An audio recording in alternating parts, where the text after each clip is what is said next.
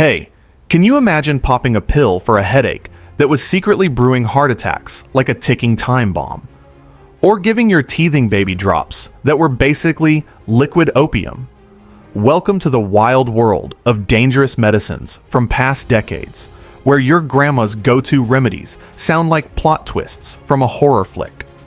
I'm your nostalgic buddy, diving into the vault of the most dangerous medicines that are banned forever.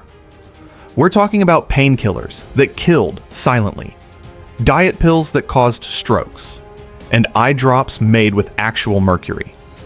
These aren't just drugs. They're stories of trust shattered, scandals that changed laws, and everyday miracles that turned nightmarish. We'll count down the top 10 jaw droppers that were hawked on TV, trusted by doctors, and then yanked off shelves for good. Picture this. Diet pills marketed to teenagers were giving young women brain hemorrhages. A heartburn medicine that was rewiring hearts into deadly rhythms. And a teething remedy that was basically giving babies morphine. Buckle up, because here comes the crazy part. Number 10. Darvon and Darvocet. The painkillers that killed silently. Can you imagine trusting your doctor when they handed you what they called a safe alternative to aspirin, only to find out it was secretly a heart attack waiting to happen? That's exactly what happened with Darvon and Darvocet.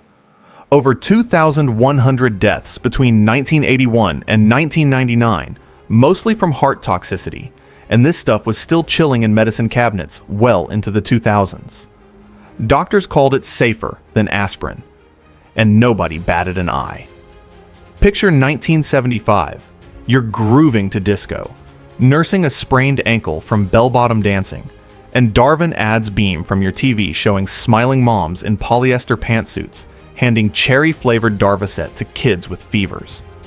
Relief without the worry, the jingle promised, priced at just 29 cents a pill at the corner pharmacy. Families kept bottles next to the aspirin and cough syrup like it was. Tang in the cupboard. Nobody questioned it when Dad popped one after yard work. The secret ingredient, propoxyphene, felt like a gentle hug from science. It was as normal as Love's Baby soft lotion on the dresser or console TVs in wood grain cabinets. The medicine cabinet was a shrine to modern living, and Darvon sat right there with the Pepto-Bismol and the Vicks VapoRub. Here's the crazy part. It started with whispers in the late 70s, when Public Citizen petitioned the FDA, screaming ban this poison. But regulators shrugged. Fast forward to 2006. Another petition, mountains of data showing it wrecked hearts by messing with electrical signals, turning steady beats into fatal arrhythmias. The UK banned it in 2005, and finally in 2010, the FDA pulled the plug after overdose deaths piled up like bad karma. Families sued, sharing gut-wrenching tales of loved ones collapsing mid-conversation. Imagine the boardroom panic as shelves emptied overnight. Today, we eye opioids like hawks. Darvon paved the way for black box warnings and the opioid crisis playbook we know too well. But if you think a painkiller that stops hearts is wild, wait until you hear about the heartburn medicine that did the exact same thing. Number 9. Propulsid. The heartburn hero turned heart stopper. Flash to dinner tables, shag carpet underfoot, fondue pots bubbling, and mom battling that post-meatloaf heartburn. At least 90 liver failures and 63 deaths, including babies. This was prescribed for heartburn like candy, but it turned your ticker into a ticking time bomb. Propulsid ads in Ladies' Home Journal showed beaming families at drive-ins with the slogan, "Speed up slow stomachs." Doctors scribbled scripts freely. It was the miracle cure for GERD, gulped down with a swig of Tab Cola. Pharmacies stocked it next to Pepto-Bismol for 50 cents a dose. Life smelled like pot roast and relief. No one dreamed it lurked with a venomous twist. Picture those wood-paneled family rooms with the conversation pits and the built-in bars. Dad's mixing a highball while mom reaches for her after-dinner Propulsid. The Brady Bunch is on the tube, and everything feels safe and scientific. This was the era when we trusted chemistry like we trusted our neighbors. The scandal erupted in the late 90s. Kids with colic got it routinely until parents noticed weird fainting spells. By 1998, studies showed it prolonged QT intervals, sparking sudden cardiac chaos. A famous case involved a toddler's autopsy revealing liver meltdown after months of safe doses. Lawsuits flew with 35,000 claims. The FDA yanked it in 2000, but black market tales lingered like a bad aftertaste. Today, apps track drug interactions religiously, a direct nod to those oversights when nobody batted an eye at mixing medications. Speaking of mixing medications, our next entry turned your innocent pillbox into a poison cocktail. Number 8. Posicor, the blood pressure bomber, with a buddy killer secret. Picture hypertension hype. Wood-paneled doctor's offices. Patients in wide lapel suits clutching new scripts. This was the deadliest drug party crasher that had fatal clashes with 25 everyday medications, turning your daily pill routine into Russian roulette in just hours. Roche's ads promised breakthrough blood pressure control in glossy magazines, featuring golfers teeing off post-dose with the slogan, "Feel the power return." At $1.20 per pill, it joined beta blockers in cabinets amid Watergate woes and pet rock crazes. Folks mixed it with statins for cholesterol, no questions asked. Life pulsed with lava lamps and unquestioned pharma faith. Can you imagine the confidence people had back then?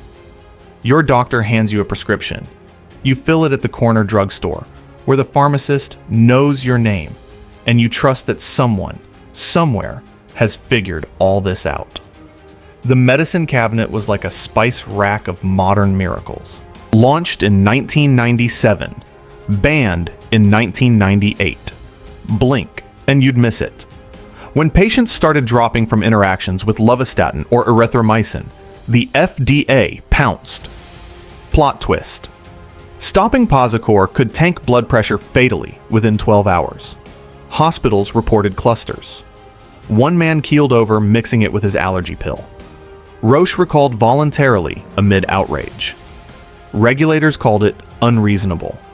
Shelves stripped bare. No real edge over rivals. Just pure risk.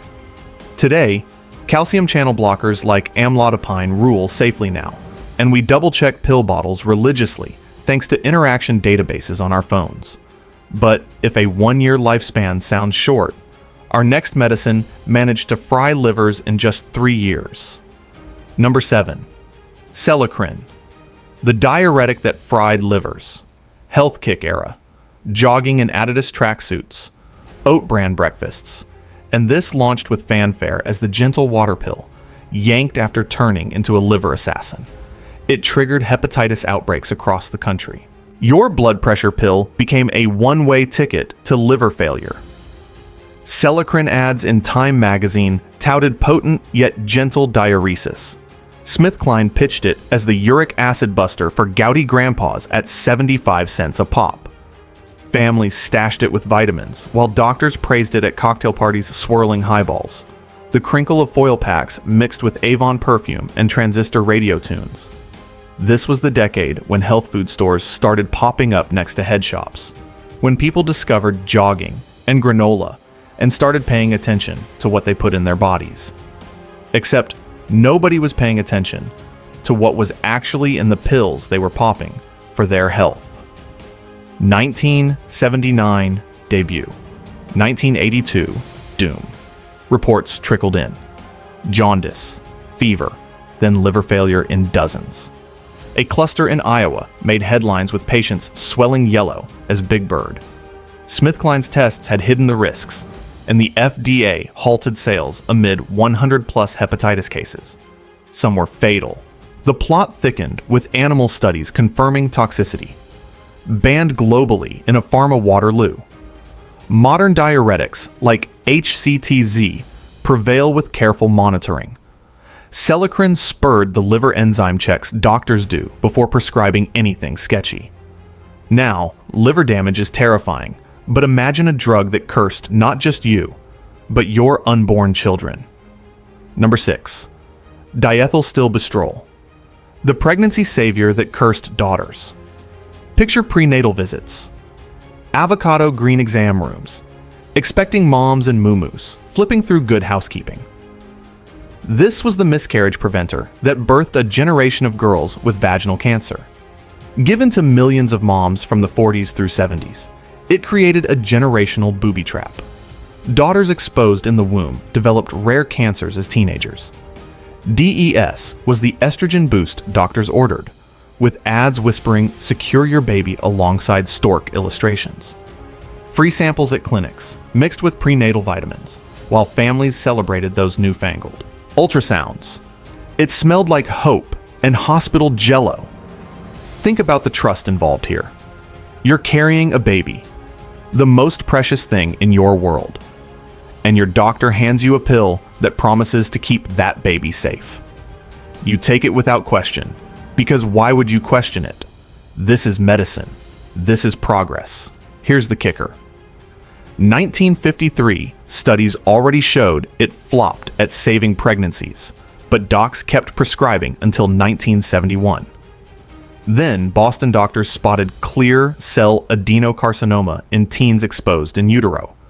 Headlines screamed scandal as the FDA bulletin flew. Stop immediately. It birthed the first drug registries tracking transgenerational harm and killed off unproven pregnancy drugs forever. Today, ultrasounds and progesterone gels rule safely. But DES taught us that some medical mistakes echo through generations. But if you think harming future generations is dark, wait until you hear about the baby medicine packed with opium. Number 5. Paregoric, the teething. Tincture packed with opium. Nurseries. Macrame on walls. Baby oil and Pampers everywhere. Baby drops for cranky teethers that were loaded with morphine-equivalent opium. Millions of babies soothed to sleep with what was essentially liquid laudanum. Overdoses sent toddlers to morgues, while parents thought they were being gentle. Moms dabbed Paregoric on gums, following ads in parenting magazines, cooing quiet nights ahead. It tasted like cherry-flavored laudanum, cost pennies per bottle at Rexall Drugs, and grandmas swore by it since Civil War days. Colicky cries, hushed amid Sesame Street lullabies. Can you imagine the scene? It's 2 a.m. The baby's been crying for hours. You're exhausted, and you reach for what every generation before you has used. The medicine cabinet holds the wisdom of ages, or so you think. That little brown bottle with the dropper seemed like salvation. Regulators woke up late. 1980s data showed infant respiratory depression and deaths from safe doses. A Brooklyn scandal involved babies, overdosing after routine applications. The FDA finally banned pediatric sales in 2011, but the damage was done decades earlier. Heartbreaking parent testimonies sealed it. The opioid crisis nods to Paregoric's legacy. We learned the hard way that natural and traditional doesn't mean safe. Speaking of traditional remedies gone wrong, our next entry promised sweet dreams but delivered cancer. Number 4. Methapyrilene, the sleep aid with liver cancer lurking. Late insomniac nights. Lava lamps flickering. TV static after Johnny Carson signed off. The over-the-counter sleepy time antihistamine that was secretly growing tumors. Linked to liver cancers in animal studies, with human hints piling up. Your innocent sleep aid was a carcinogenic time bomb. Compaz and Sominex ads showed cozy couples with the promise to drift off naturally. Parents grabbed it for hangovers, kids for sniffles. It was a dime store staple that smelled like old penny candy. Picture those late-night trips to the medicine cabinet, fumbling in the dark for relief. This was the era of self-medication. No internet to research side effects. No WebMD to scare you senseless. You trusted the drugstore the way you trusted the grocery store. If it was on the shelf, it must be safe. The pharmacist in his white coat was like a neighborhood doctor. Animal tests exploded with massive liver cancers. human evidence started mounting, and the FDA swept shelves clean in 1979. No big lawsuit drama, just quiet horror as trusted brand names vanished overnight. One day it's there, the next day it's gone, like it never existed. Modern sleep aids like Benadryl rule the roost now with proper warnings, and this disaster spurred the animal testing standards we rely on today. But if cancer-causing sleep aids sound medieval, wait until you hear about the eye drops made with actual mercury. Number 3. Mercury ophthalmic ointment. Eye drops that poisoned vision. School nurse stations. That distinctive mercury ointment getting smeared on pink eyes. Pink eye treatments that were literally brain poison in a tube. Mercury-based eye medications that built up in kids' systems for years, causing silent brain and kidney damage while parents thought they were healing infections. Ads promised to clear sight fast. The sticky metallic scent mixed with crayons and construction paper while teachers sent kids back to class thinking they'd been properly treated. Picture those institutional green hallways, the nurse's office with its cot and ice packs, and that little tube of mercury ointment. Mercury, in children's eyes, and nobody questioned it because it had been used for decades. The word mercury was right there in the name, and parents still let nurses apply it to their kids' most delicate tissues. Can you imagine the trust involved? Toxicity research led to gradual restrictions, but it took until the 1990s for full bans as cumulative mercury damage became undeniable. No dramatic recall, just a quiet phase-out as doctors realized they'd been poisoning children's developing brains. Today, antibiotic eye drops rule now, and mercury bans are global. We learned that heavy metals and human bodies don't mix. Mercury in the eyes sounds insane, but our next entry managed to harm 10,000 babies worldwide. Number 2. Thalidomide, the morning sickness monster. Picture pregnant moms in those flowing maternity tops, testing safe sedatives while miniskirts ruled fashion. The sleeping pill that created a generation of children born without limbs. Over 10,000 birth defects worldwide from a drug marketed as so safe you couldn't overdose. It slipped into US trials despite the horror stories. Even after the global scandal, researchers were still running trials in the US, convinced they could find safe uses for this miracle compound. The confidence was staggering. The hubris was breathtaking. Here was a drug that had already proven itself a monster, and scientists thought they could tame it. Francis Kelsey at the FDA blocked its approval in the US, saving thousands of American babies. But limited trials still scarred families, and the global tragedy rewrote drug safety laws forever. One woman's stubbornness changed the course of medical history. The images of thalidomide babies shocked the world. Children with flippers instead of arms, missing limbs, damaged organs, all from a pill their mothers took, thinking they were protecting their pregnancies. It's actually back now for leprosy and cancer, but with the strictest pregnancy prevention controls in pharmaceutical history. And now, our number 1 most dangerous medicine, the diet pills that were giving young women strokes. Number 1. Phenylpropanolamine in diet aids, stroke-inducing slimmers.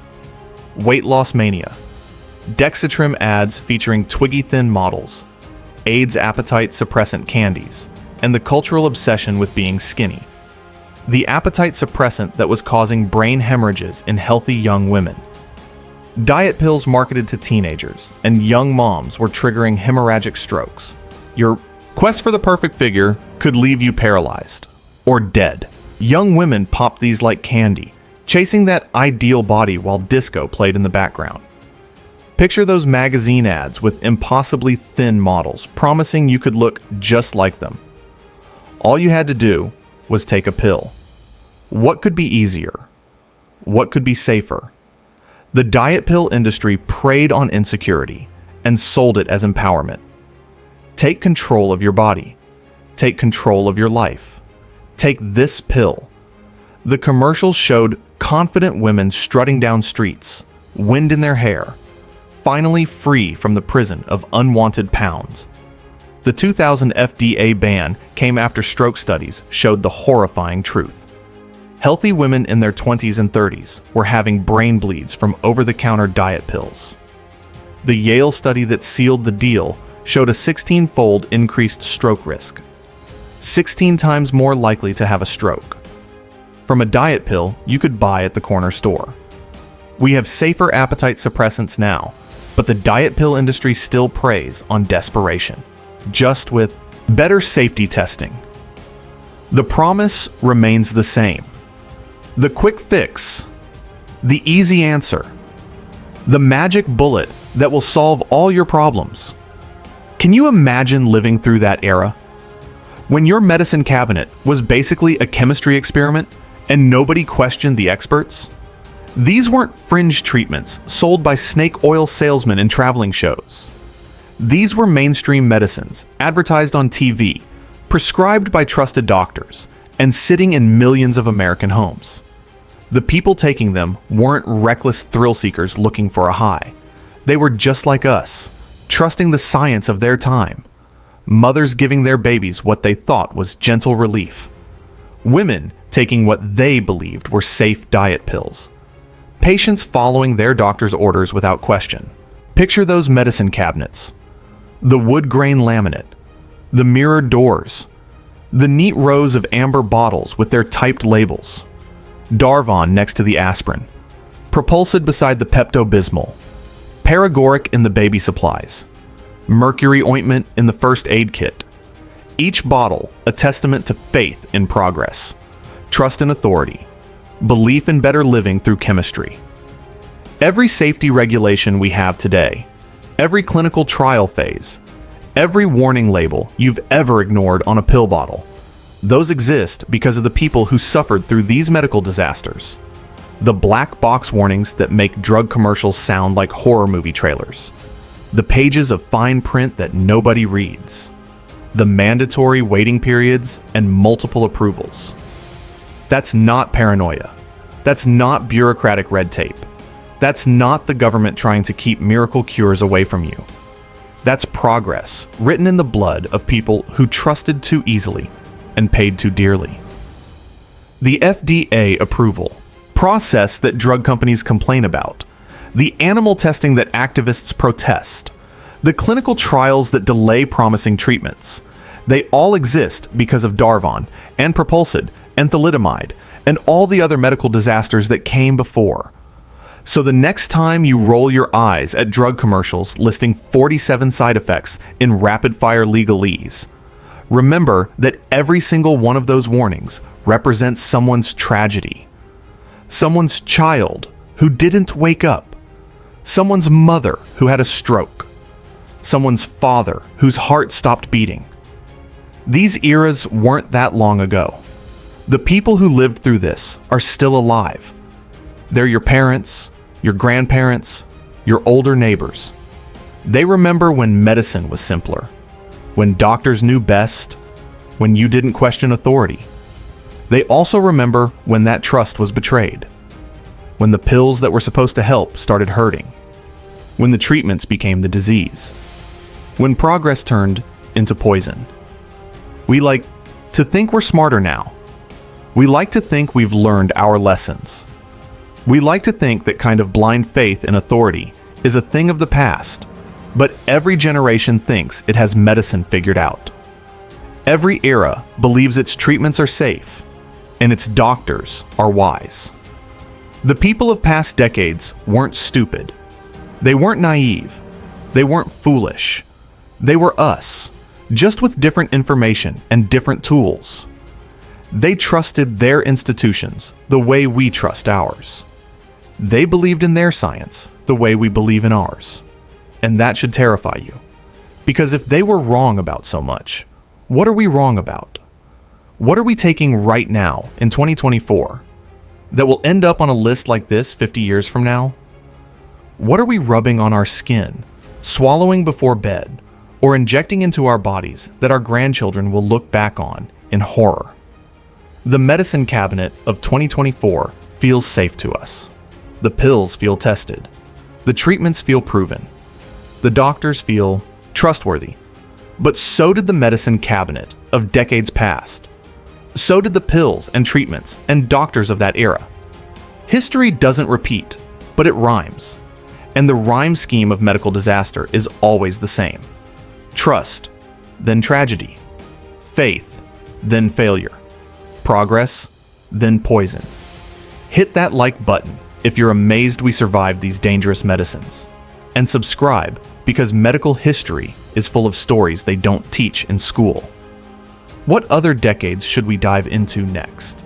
Let me know in the comments, because every era of medicine has its own special brand of horror hiding behind the promise of healing.